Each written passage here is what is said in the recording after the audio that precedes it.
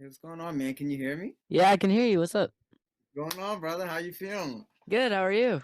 I'm doing pretty good, man. The sun is shining. It's Sunday. Sunday is actually one of my favorite days, so I'm doing pretty good, man. I'm not bad. I'm That's good to hear. excited to be here to share the space with you. You're welcome. What's up, guys? Welcome back to Wild Willie's Book Reviews. Today I'm here with Keonté Beals. And yeah, is there anything you'd like to say about yourself? Yeah, I guess I'll introduce myself a little bit. My name is Keonté Beals. I'm a singer, songwriter, performer, author, entertainer, a lot of different things, but most of all, I am the owner of my company, Beals Entertainment, which covers anything from, of course, music right down to publishing. So that's books and things of that nature. So, you have a bunch of songs out, you have a bunch of books out. What do you think your favorite was to do, music or writing? Oh man, how you gonna put me in that kind of a spot? I feel like both of them kind of coincide in a way. I feel like my writing in the books are very similar to the writing that I do when it comes to music. The only thing missing is the music. But the crazy thing is that in my head, when I do read these books, the books that I've written, I hear music to them too. So for me, it kind of goes hand in hand. The writing is my favorite part of it all. So, what do you think was your inspiration to kind of get your first song out? Yeah, so I started singing when I was 6. Started performing, singing all over the region, just over Halifax. So for me, music has always been an outlet. It's been a way for me to express my feelings. As a kid, I was very, very quiet. I didn't say much. So writing was a big, big influence for me as far as, just kind of getting words out of my head onto paper. So that, was kind of the reason or the inspiration for, the first song that I've ever done is just to get it out on paper. And I think one of the first ones I recorded was a song called Get Yourself Together. And it just talked about, your mind, your mental health, and, things of that nature. And at that time, at a young age, I was battling with things of that nature. And so, yeah, man, it was just about life and being able to tell my stories. So, do you think that your love of music also kind of inspired you to write books and just kind of discover different audiences, I guess? Yeah, well, what people don't, or most people probably sort of kind of know now, but like what most people don't know when they look at me is that I actually started off writing children's books before ever writing music. I was a horrible songwriter, bro. In the beginning, I was horrible with it, but it took a lot of practice. But I actually started writing books first, and illustrating the books as well, just the same way I do now. So if anything, writing books and writing um, just literature in general for me influenced me to be able to write music. So, what do you think your favorite part about writing is? Do you think it's just getting it down, or maybe getting it out and see what people think of it? Yeah, man, it's everything of what you said, it's just being able to tell stories, tell my perspective of stories in my life, my perspective of, the things that I see, um, whether that be, an event that happened in life or whatever the case may be, just being able to tell my side of it, my interpretation of it, and hopefully that can resonate with somebody else and somebody else can also relate to that. Do you think you have a favorite book that you might have wrote, and if so, what one would it be? Ooh, okay. I don't, I don't know if I have a favorite one, but I will give kudos to the first one I did, which is I Am Perfectly Me. And that's the one that I did with my younger brother, Antonio Beals. We put that one out back in 2021.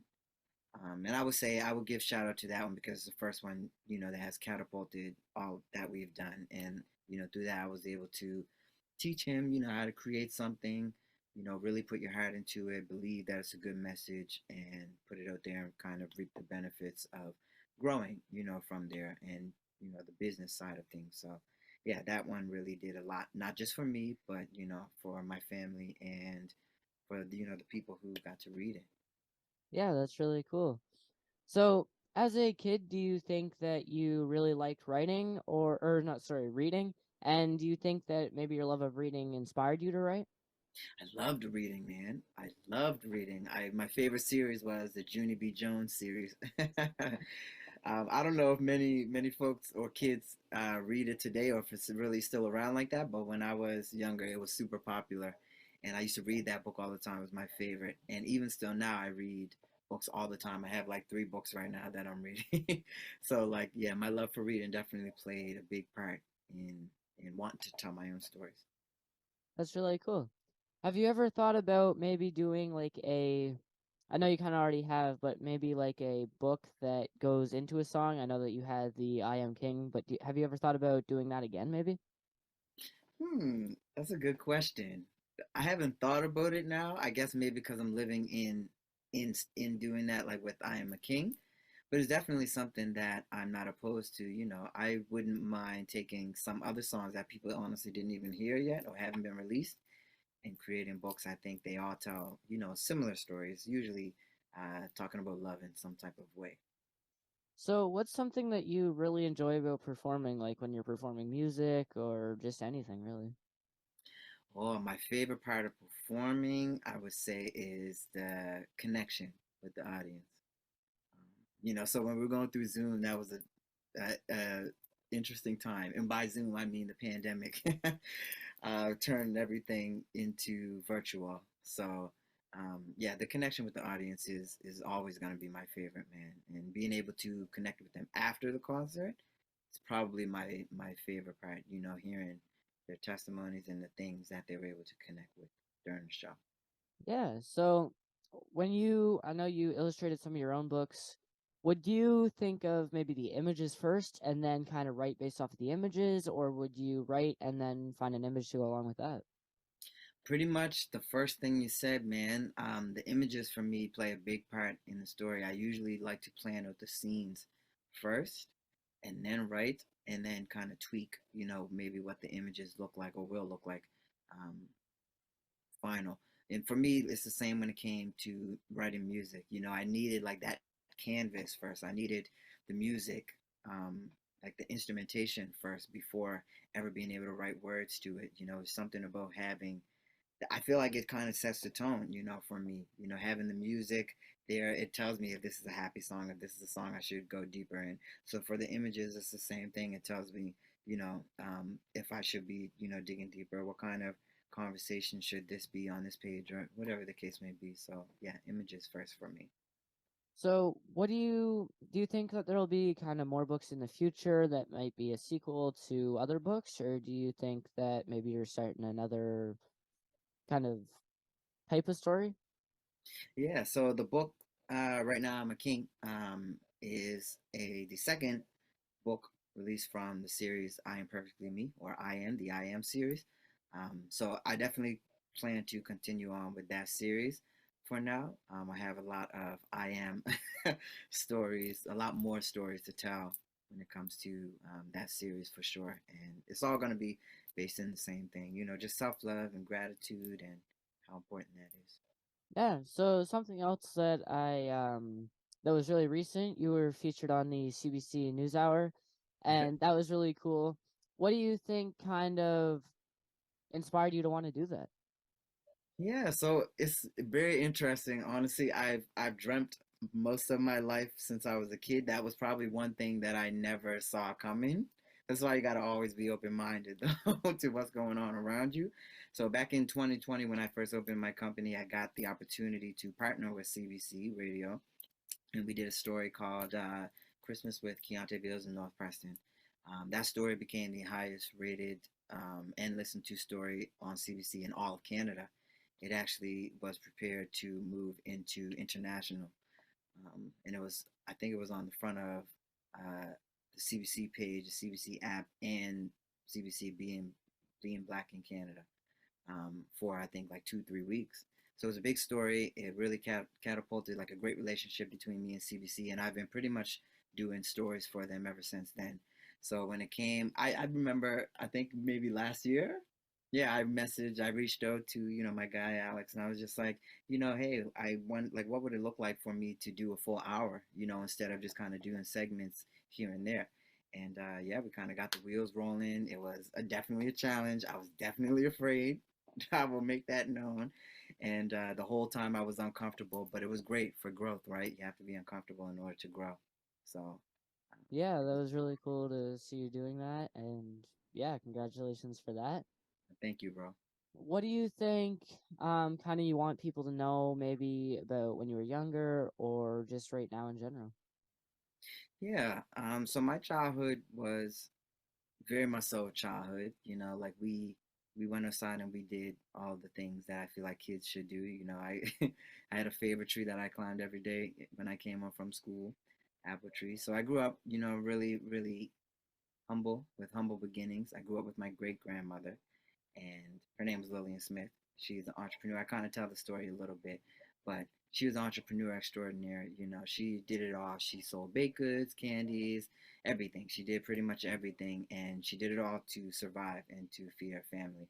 And so, for me, being the youngest in the house at that time of 9 people, um, I learned a lot. I learned a lot from her and what it means to be an entrepreneur, but with purpose and with a drive that leads with love. So yeah, that's been a lot of like my childhood, just kind of growing and listening to a lot of the people around me, and a lot of those people were dominant women. Women who who really could lead the way, and they taught me a lot. So, is there anything that you would maybe like to do in the future that you kind of have a goal set that you would really be interested in or really want to do? Hmm. I am always thinking about the future. So when you say something like that, so many things come to mind. I am really a connoisseur. I really love business, the art of business, the game of business. So I would love to continue to explore other business avenues. I love to hear about people doing business ventures that have nothing to do with the arts. The other day, I think last night, I was watching somebody with a pressure washer or something like that business, and I just love to hear all of that stuff. So I would love to eventually be able to franchise a business one day. Yeah, that's really cool. And I mean, I wish you the best of luck. I hope you can do that. Is there anything that you would like to kind of say to anybody who wants to get into music, writing, or really just anything that you've done? Or, yeah. I would say before getting into anything, you want to make sure that you love it, like it's something that you love, because the love for it is going to really help you in those times where it may not be working out. You know, um, I've had a long career span. I would say, like I started when I was 6. I didn't start professionally then, but I started training since then, and um, there were a lot of down times. There were probably more down times than there were up times. For sure. It was a lot of tears and things in the beginning, of just fighting and trying, a lot of moments where, I had no money at all. And then moments where, I would be able to sustain. So, yeah, it's just to love it, to expect the unexpected, to, prepare, but also be responsible with whatever platform you have in general, and help to open up doors and create change. Yeah, for sure. Thank you so much for your time. Is there anything else that you would like to say to anybody watching? Or, yeah. No, man, I want to say thank you for your time, and having me on here. I appreciate you. I already said I'm proud of you. I've been looking at some of your stuff long before you folks reached out to me. So I'm grateful to be on the platform, and I wish you nothing but the best, man. It only gets better from here. Thank you so much. That means a lot. And, yeah, thank you so much for your time. Absolutely, man. Thank you. Thank you. All righty.